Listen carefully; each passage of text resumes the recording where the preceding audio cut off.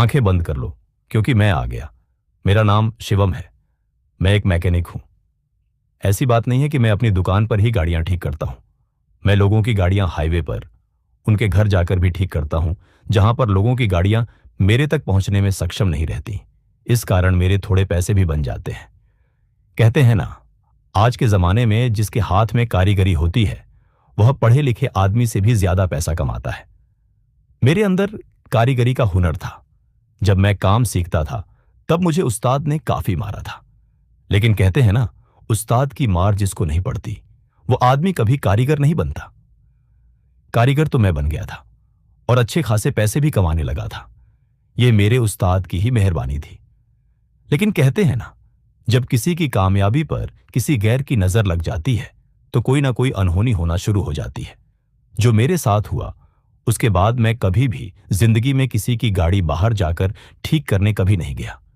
आखिर क्या हुआ मेरे साथ ऐसा? इस वजह से मेरी जिंदगी के अंदर इतना डर आ गया। जरा गौर करिए। काम खत्म होने के बाद मैं अपने क्वार्टर में चला गया। क्वार्टर हमारे यहां छोटे घर को कहते हैं, क्योंकि मैं एक गांव का लड़का हूं और शहर में कमाने आया हूं। मैंने दुकान किराए पर ली है। आज भगवान की दया से मेरे पास दुकान अपनी है और मैं अच्छा खासा पैसा कमाता हूं। आपको मैंने पहले ही बताया, लेकिन जैसे ही मेरा काम खत्म हुआ मैं अपने घर पर आराम से लेटा हुआ था। हां, मैं अपने चेले के बारे में आपको बताना भूल ही गया। मेरे चेले का नाम अखरोट है। वह आज भी अपने बाप को गालियां निकालता है, जिसने इसका नाम अखरोट डाल दिया। आखिर क्या सोचकर डाला? लोग उसका मजाक काफी उड़ाते हैं। अरे अखरोट, इधर आ। अरे अखरोट, अभी तोड़ डालूंगा तुझे। ऐसा वैसा उसे कहते रहते। मैंने उसे कहा, देख, गांव में तेरा नाम अखरोट है, लेकिन यहां तेरा नाम लोगों को मत बताना। तुझे पता है शहर के लोग काफी मजाक उड़ाते हैं, तो ध्यान रखना। मैंने कहा, मैं तुझे प्यार से अक्कू बोलूंगा।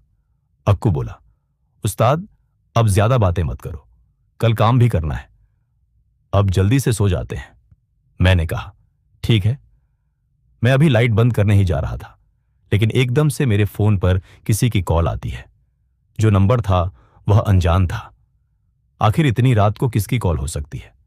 मैंने सोचा शायद कोई ग्राहक फोन कर रहा होगा, क्योंकि कई सारी गाड़ियां ठीक होने के लिए गैराज में लगी हुई हैं। तो मैंने फोन उठाना सही नहीं समझा, क्योंकि अक्सर ऐसा होता है। लोग कहते हैं मेरी गाड़ी पहले करो, लेकिन जिस गाड़ी को मैंने हाथ डाला होता है फिर मेरा दिमाग उलझन में पड़ जाता है। जैसे किसी का इंजन का काम कर रहा हूं और कोई चैन सेट ले जाए तो दिमाग में थोड़ी अजीब सी बातें सोचने लगती हैं। तो मैं एक काम करता हूं, उसको पूरा करने के बाद ही छोड़ता हूं। उसके बाद मैं और अक्कू आराम से अपने बिस्तर पर लेट गए, लेकिन एकदम फिर से उसी नंबर पर मुझे कॉल आता है। मैंने कहा, यह आदमी कोई ग्राहक नहीं हो सकता। कोई इतना बेवकूफ नहीं होगा कि रात को 1:30 पर फोन करेगा। अक्कू ने बोला, उस्ताद एक बार उठाकर देख लो, क्या पता कोई इमरजेंसी हो। मेरे चेले की बात सच साबित हुई। मैंने जैसे ही फोन उठाया, सामने वाला आदमी बोला, अरे भाई साहब, बचा लीजिए हमें, मेरी बीवी बीमार है। मैं उसे अस्पताल लेकर जा रहा था, लेकिन मेरी गाड़ी भी रास्ते में बंद हो गई। मेरी बात ध्यान से सुन लीजिए, मुझे आपके ऊपर भरोसा है, जल्दी से आ जाइए। मेरे दिमाग में उलझन सी सोच चलने लगी। आखिर इस आदमी को मेरा नंबर मिला तो मिला कहां से? ना ही मैंने कोई पोस्टर लगवाया है। क्या यह मेरा कोई पुराना ग्राहक हो सकता है? देखो, मैं ऐसा आदमी था जो किसी को ऐसे वक्त में फंसा नहीं देखना चाहता था। उस आदमी ने मुझे बोला, भाई साहब बताइए ना, बोल क्यों नहीं रहे? मैंने बोला, भाई साहब आप अपनी लोकेशन बताइए, कहां पर हैं आप? उसने बोला, कफन हाईवे। कफन हाईवे सुनते ही अक्कू ने मेरा हाथ पकड़ लिया। वो काफी डरा हुआ लग रहा था। इसी चक्कर में एकदम से मेरा फोन कट गया। मैंने बोला, अक्कू, अरे क्या कर रहा है तू? हाथ क्यों पकड़ रहा है? उसने मुझे सिर्फ एक बात बोली। उसने कहा, उस्ताद आप पागल तो नहीं हो गए? आपको पता है क्या लोकेशन बताई है उसने? कफन हाईवे। देखो, मैं अच्छे से तो इस कफन हाईवे को नहीं जानता था, लेकिन कुछ लोगों को बात करते सुना था। वो कह रहे थे जो भी वहां गया है कभी जिंदा नहीं लौटा, वहां मौत का जाल है। उस्ताद, मैंने अच्छे से सुना था, वो कफन हाईवे ही बोल रहे थे। मैंने उसे बोला, अरे अक्कू, कैसी बातों में यकीन करता है? लोग तुझे पागल बनाते हैं, इतना बड़ा शहर है, लोगों की बातों में मत आया कर। देख, मैं जानता हूं मुझे इतना नहीं पता शहर के बारे में, लेकिन अगर हमारी वजह से कोई मर जाएगा तो ठीक रहेगा। अक्कू ने मुझे फिर कहा, उस्ताद, आप मेरी बात में यकीन क्यों नहीं कर रहे? मैंने बोला, अक्कू, मेरा दिमाग बार बार मत खराब कर। ऐसी ऐसी बातें करके मुझे मत बहका। किसी की जान मेरे हाथों में है। अक्कू ने मुझे कहा, उस्ताद, वहां जाने के बाद भूत के हाथों में आपकी जान होगी। मैंने ज्यादा देरी नहीं की। मैंने अपना कच्छा बनियान डाला और अपने क्वार्टर की सीढ़ियों से नीचे उतरने लगा। लेकिन ऊपर से मुझे अक्कू ने आवाज लगाई, उस्ताद, मत जाओ। आखिर अक्कू इस बात से इतना क्यों घबरा रहा था, जैसे उसने खुद अच्छी तरह उस हाईवे को जाना हो। लेकिन मैंने उसकी बात इग्नोर करके अपनी बाइक स्टार्ट की और मैं चल दिया उस हाईवे की ओर। मैं पहले उस हाईवे पर कभी नहीं गया था। वो हाईवे कच्ची रोड से पार निकलता है। सुनने में आया था जब से नया रास्ता खुला है तब से उस हाईवे को पूरी तरह बंद कर दिया गया है। लेकिन शायद कुछ लोग वहां से आते जाते हों। अब मैं रास्ते में था। मुझे बस इसी बात के ख्याल आ रहे थे। मुझे सिर्फ दिमाग में अक्कू की कही बातें याद आ रही थीं। ये लड़का पागल तो नहीं हो गया? आखिर ये ऐसी बातें क्यों कर रहा था? लगता है अभी नादान है, लोगों की बातों में आ जाता है। लेकिन सबसे बड़ा बेवकूफ और नादान तो मैं था जिसने अक्कू की बात नहीं मानी। उसके बाद जैसे ही मैं हाईवे पर जा रहा था, वहां से एक कच्चा रास्ता शुरू हुआ जहां पर लिखा था, कफन हाईवे 8 किलोमीटर दूर। 8 किलोमीटर दूरी काफी होती है। अब मैंने उस कच्चे रास्ते को पकड़ लिया क्योंकि एक ही रास्ता था जो उस हाईवे पर निकलता था। मैं अभी कच्चे रास्ते पर जा ही रहा था कि मुझे अजीब सी आवाजें सुनाई देने लगीं। वो आवाज एक ही बात बोल रही थी, आ जाओ, मैं तुम्हारा इंतजार कर रही हूं। शायद मेरा दिमाग ज्यादा सोच लेने की वजह से पागल हो गया था। मैंने इस बात को इग्नोर किया और बाइक को और तेज भगाना शुरू कर दिया। लेकिन उसके बाद मैं जैसे ही बाइक तेज भगा रहा था, एकदम से मेरा टायर एक पत्थर की तरफ लगा और मैं नीचे गिर गया। मैं अपनी बाइक से नीचे गिर चुका था, लेकिन जैसे ही मैं उठने लगा, मुझे काफी चोटें आई थी। मैंने अपनी जिंदगी की नादानी पर सोचना शुरू किया। बस उसी बारे में सोच रहा था कि अपने से ज्यादा बड़ी जान दूसरों की जान बचाना होता है। लेकिन मैं गलत था। जान है तो जहान है। मैं जैसे ही खड़ा होने लगा, मैंने देखे एक उल्टे पैर। यह देखकर मेरी रूह कांप गई। अभी मैंने उस चीज को पूरा भी नहीं देखा था। जैसे ही मैंने अपनी नजर ऊपर दौड़ाई, मेरे पैरों तले जमीन खिसक गई। वो कोई इंसान नहीं था। उसकी शक्ल भैंस की थी, शरीर हाथी का था और पैर इंसान के, जो कि उल्टे थे। वह अलग अलग जानवरों को मिलाकर बनाया गया था। इतना भयानक लग रहा था कि अगर उसे कोई भी देखे तो वैसे ही चड्डी गीली हो जाए। उसके बाद मैं डरता हुआ पीछे हो गया। मैंने बोला, कौन हो तुम? मैं वहां से बाइक छोड़कर ही वापस भागने लगा। लेकिन वो जो भी चीज थी, वो उड़ता हुआ सीधा मेरी दूसरी ओर आ गया। मेरे बिल्कुल सामने खड़ा था। अब मैं पीछे की ओर भागा। मैंने सोचा, पैदल भागूंगा तो भागूंगा कितना। मैंने अपनी बाइक उठाई। मैंने स्टार्ट की, लेकिन मेरी बाइक स्टार्ट नहीं हो रही थी। वो मेरे बिल्कुल पीछे खड़ा था और हंस रहा था। मुझे सिर्फ अब अक्कू की कहीं बातें याद आ रही थी। लेकिन अभी मैं कफन हाईवे में नहीं पहुंचा था। अभी तो सिर्फ मैंने कफन हाईवे पर जाने वाला रास्ता ही चुना था। आखिर क्या होगा मेरे साथ? मैंने बाइक स्टार्ट की। मेरा चेहरा पसीने से भर चुका था, लेकिन एकदम से मेरी बाइक स्टार्ट हो गई। मैंने भगवान का शुक्र किया और मैंने एकदम से गियर डाला और रेस को फुल कर दिया। मैंने बाइक इतनी तेज भगाई कि मुझे खुद समझ नहीं आ रहा था। डर की वजह से मैं इतनी सद्बुद्धि खो बैठा था कि मैं नीचे पत्थर नहीं देख रहा था, इतना कच्चा रास्ता नहीं देख रहा था। लेकिन मैं अपनी बाइक तोड़ता जा रहा था। बस किसी भी तरह मुझे इस रास्ते से निकलना था। लेकिन जिस रास्ते की ओर मैं बढ़ रहा था, वहां कफन हाईवे था। वो रास्ता कफन हाईवे की ओर जाता था।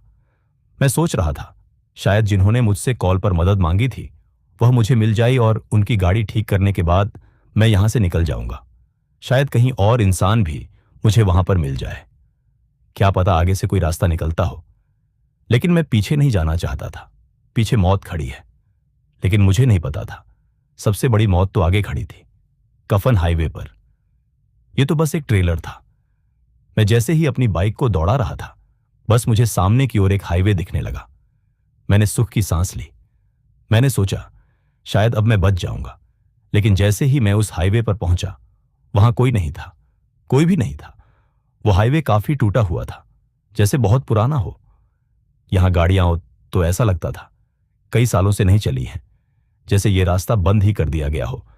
लेकिन मैंने सोचा शायद वो कॉल करने वाले लोग यहीं कहीं होंगे, मुझे उन्हें आगे चलकर ढूंढना पड़ेगा। मैंने कॉल लगाना शुरू किया। मैंने जैसे ही उस आदमी को फोन किया, उसने फोन उठा लिया, लेकिन सामने से एक ही आवाज आई, इतना इंतजार मत करवाओ, आ जाओ जल्दी। वो इतनी अजीब तरह से बोल रहा था जैसे उसको अब मजा आ रहा हो बात करने का, जैसे वह शायद भूल गया कि उसकी बीवी तड़प रही है। क्या यह एक जाल हो सकता है? मैंने सोचा पीछे तो मैं नहीं जा सकता, मुझे अच्छे से चेक करना पड़ेगा। मैंने राइट साइड का हाईवे पकड़ लिया। मैं अपनी बाइक बहुत तेज भगाने लगा। मैं सोच रहा था शायद कोई ना कोई मुझे मिल जाए, जब वो गाड़ी वाले मुझे मिल जाए। लेकिन सामने मेरी नजर पड़ी। यह देखकर मेरी आंखें फटी की फटी रह गईं। मैंने देखा सामने गाड़ी लगी है, लेकिन दूर से ऐसा लग रहा था शायद उसके अंदर कोई बैठा नहीं है। मैंने सोचा शायद दूर से आंखें धोखा दे सकती हैं, शायद ये वही लोग हैं जो मेरी मदद कर सकते हैं। अगर मैंने इनकी मदद की तो मैं इनकी गाड़ी में अपनी बाइक को इनकी गाड़ी के ऊपर लटकाकर जहां कोई स्पॉट बनाकर यहां से निकल जाऊंगा। क्या होता है ना, 3 लोग होते हैं तो डर कम होता है, अगर मरेंगे तो इकट्ठे ही मरेंगे। लेकिन मुझे क्या पता था यहां कोई जिंदा ही नहीं था, यहां सिर्फ एक इंसान जिंदा था, जो कि मैं था। मैं जैसे उस गाड़ी के करीब पहुंचा, वहां अंदर 2 लोग दिखाई दिए। एक आदमी बाहर निकला। वह काफी ठीक ठाक घर का लग रहा था, लेकिन उसने इशारा किया, दरवाजा खोलो।